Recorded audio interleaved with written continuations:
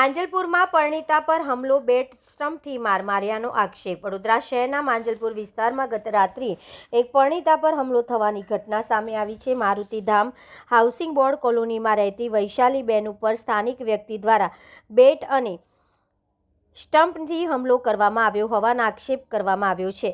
માહિતી મુજબ વિસ્તારના એક શ્વાન ઘર નજીક ગંદકી કરતું હોવા અંગે વૈશાલીબેને તેને રોકવાનો પ્રયાસ કર્યો હતો।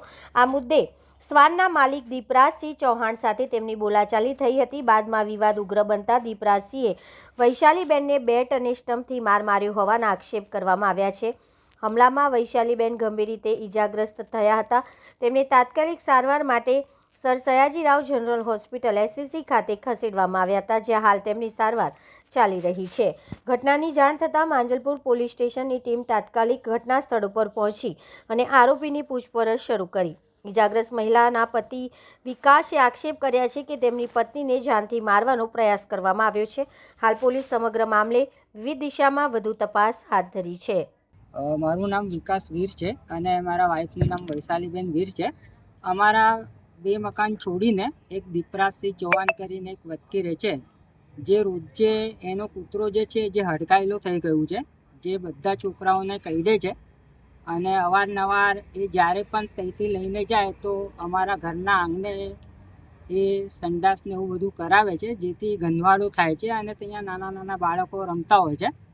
તો આજે લગભગ 9:30 પોણા 10ની આજુબાજુ અમે લોકો જમવા બેસ્યા હતા।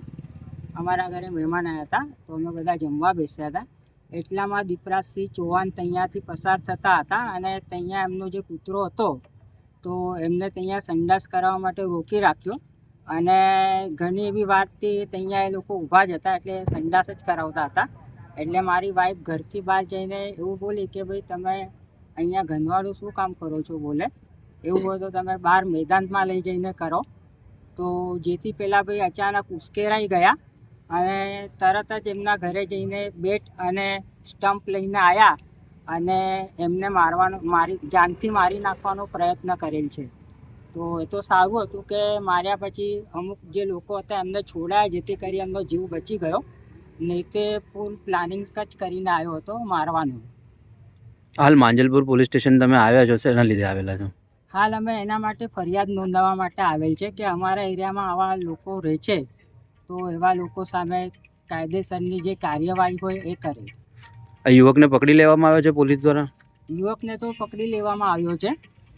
કે શું નામ છે આપનું? મારું નામ વિકાસ વીર છે। જયસિંહ મકરપુરામાં રહીએ છીએ। આ મારી ભાભી છે અને બાજુમાં એની છોકરી રમતી હતી અને ખાલી એને બોલાવવા ગઈ, એટલામાં બાજુવાળા છોકરો હતો એ બેટ લઈને એકદમ જ એને મારવા લાગ્યો। એ તો સારું થયું કે બાજુવાળા છોકરાઓ હતા એને પકડી લીધો, એ તો એને મારી જ ના કર્યો, એને મારી જ ના કર્યો। એટલે કેવી રીતે કેટલા જણે મારી ગયા? એકલો જ હતો, એ છોકરો એકલો જ હતો અને બેટ લઈને બસ ડાયરેક્ટ મારવા જ લાગ્યો। કયા બાજુ માર્યું છે? હા, કયા બાજુ માર્યું છે? મોઢામાં જ આપી છે બેટ।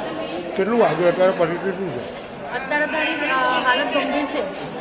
ડૉક્ટર શું કહે છે? ક્યાં લઈને આવ્યા છે? SSG હોસ્પિટલમાં હમણાં લઈને આવ્યા છે। ડૉક્ટર હવે કહે છે એક્સરે પાડે છે, પછી કહે છે ડૉક્ટર। શું નામ છે બેનનું? વૈશાલી વિકાસ વીર। કયા બનાવ પછી બનાવ બન્યો? GRDC મકરપુરા।